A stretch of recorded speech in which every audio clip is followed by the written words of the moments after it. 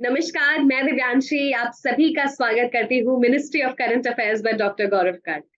हमें बहुत खुशी होती है जब हमारे स्टूडेंट्स अलग-अलग एग्जामिनेशन में एक नहीं बल्कि कई सारे एग्जामिनेशन में अपना परचम फहराते हैं। आज एक ऐसे ही स्टूडेंट हमारे साथ जुड़े हैं जो कुछ दिन पहले उन्होंने हमारे साथ बातचीत की थी और बहुत सारे स्टूडेंट्स को उन्होंने गाइड किया था जब उन्होंने आरआरबी एग्जामिनेशन क्लियर किया था। आज नीलेश चौधरी हमारे साथ फिर एक बार जुड़े हैं और उन्होंने एफसीआई ग्रेड 3 असिस्टेंट डिपो का एग्जामिनेशन क्लियर किया है। बहुत खुशी है नीलेश कि आज आप एक बार फिर हमारे साथ जुड़े हैं और we are very proud of you. बहुत बहुत धन्यवाद मैम। नीलेश, अगर हम एग्जामिनेशन की बात करें, बहुत सारे उतार चढ़ाव एक एस्पिरेंट की लाइफ में आते हैं, लेकिन जब देखेंगे एक एग्जामिनेशन और उसके बाद एक कॉन्सेक्यूटिवली दूसरा एग्जामिनेशन क्लियर हुआ, आई एम श्योर वो एक बहुत अलग फीलिंग होती है। तो थोड़ा सा बताएंगे कि how do you feel right now? जी मैम, ये दूसरा एग्ज़ाम मेरा इस साल का है जो क्लियर हुआ है। तो इसमें अच्छा फीलिंग आ रहा है क्योंकि गवर्नमेंट जॉब अपने आप में एक ये हो जाता है कि क्रैक नहीं हो पाता है लोगों से।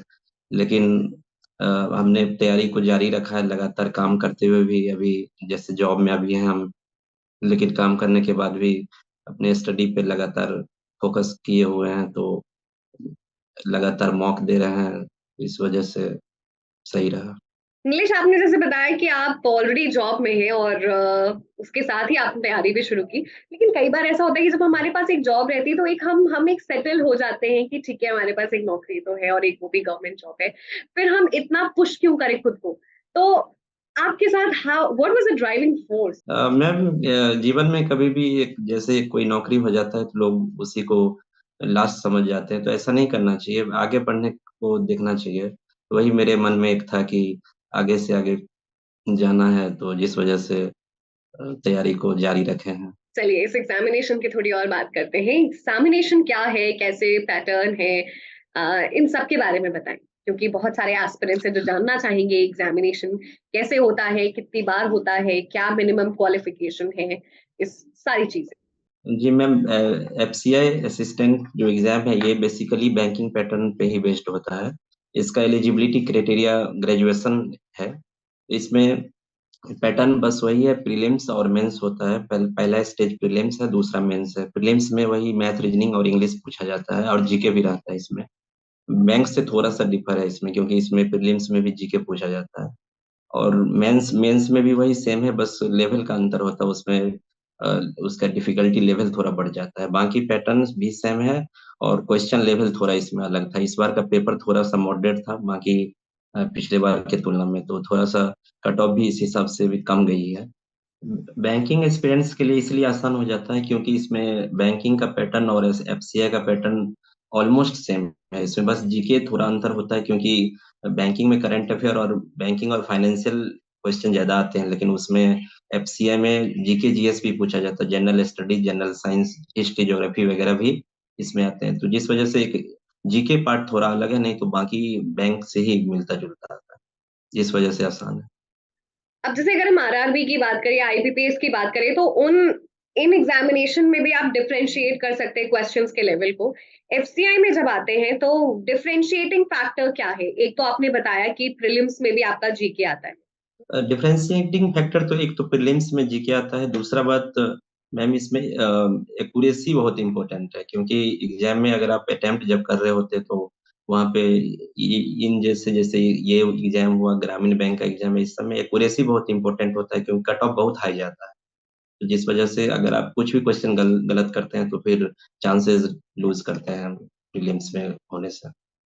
सो एज यू सेड कि बहुत सारी चीजें होती है, बहुत सारे डायनेमिक्स होते हैं। अब हम इन डायनेमिक्स पर ही बात करेंगे और एग्जामिनेशन जी। का डायनेमिक्स पूरा phase one phase two. Dynamics मतलब मैम इसमें जैसे मैथ्स, रीजनिंग, इंग्लिश और जीके आता है, तो इसमें तैयारी करने का प्रैक्टिस बहुत इम्पोर्टेंट फैक्टर है कि इसमें आप सिर्फ क्वेश्चन आने से नहीं होगा, उस टाइम पीरियड में बनाना है तो उसके लिए उस लेवल का प्रैक्टिस और क्वेश्चन का समझ चाहिए, उसका कॉन्सेप्ट चाहिए। तो ये मॉक से या फिर लोग प्रैक्टिस से करने से ही आएगा। तो ये ज़रूरी है कि एग्ज़ाम से पहले अपन प्रैक्टिस करें। जैसे मैथ्स की बात करें, तो मैथ्स में जो भी टॉपिक है उसका जैसे अरिथमेटिक का जो भी चैप्टर है, लोगों को उस पे बेस्ड क्वेश्चन को सारे सॉल्व करना चाहिए अलग से।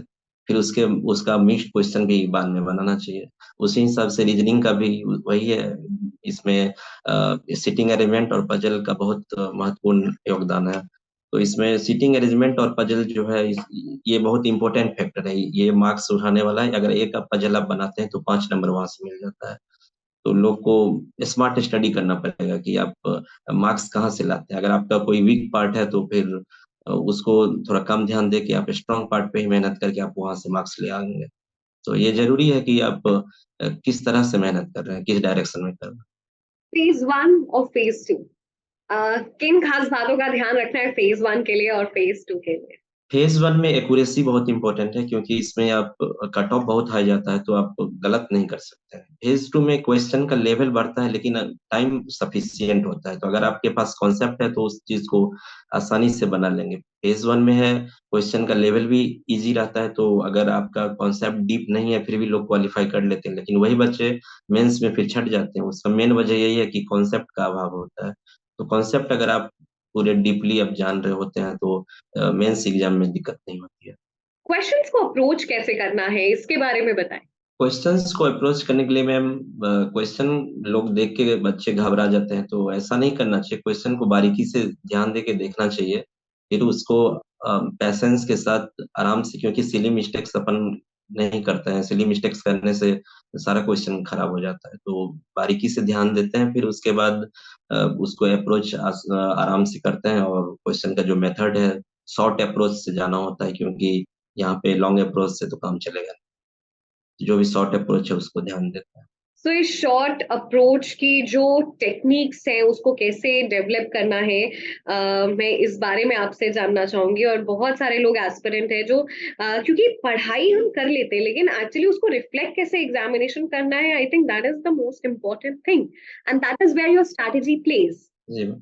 तो इसके लिए सबसे ज्यादा जरूरी ये है कि आप प्रैक्टिस। ज्यादातर लोग क्या है कि अगर वो मतलब बस क्वेश्चन बनाते रहते हैं, हमेशा क्वेश्चन की प्रैक्टिस करते रहते हैं, लेकिन टाइमर के साथ क्वेश्चन को अटेम्प्ट नहीं करते हैं। अगर उसी क्वेश्चन को आप टाइमर के साथ करेंगे तो ये डेवलप होगा माइंड में कि आप एग्जाम में उसको उसी टाइम पीरियड में कैसे बनाएंगे। ये अप्रोच एक माइंड में धीरे धीरे डेवलप होता है।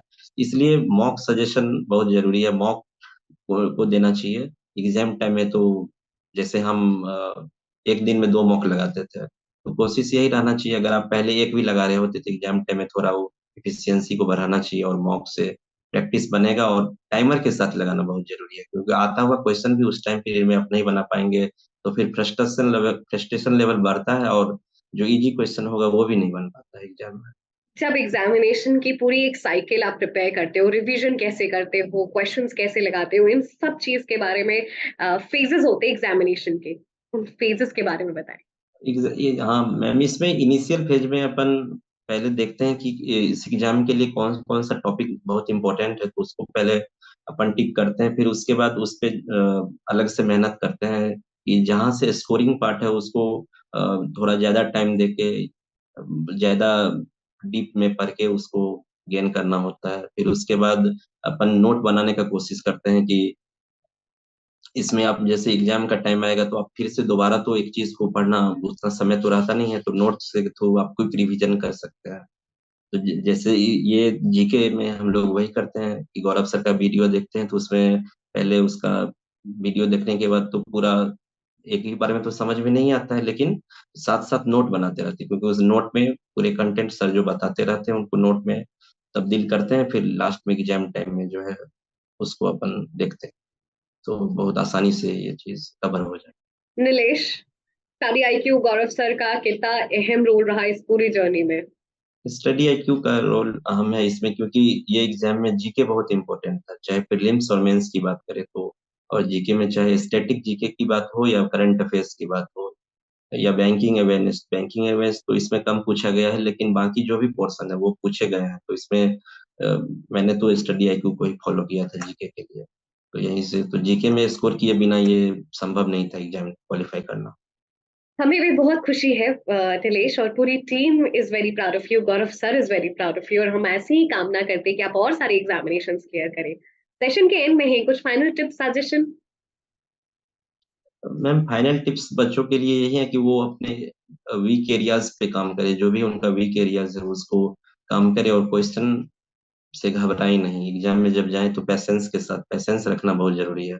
बहुत लोग हार मान लेते हैं, तो ये नहीं करना चाहिए। पैसेंस रखना चाहिए, आज नहीं तो कल सिलेक्शन उनका भी रखा हुआ।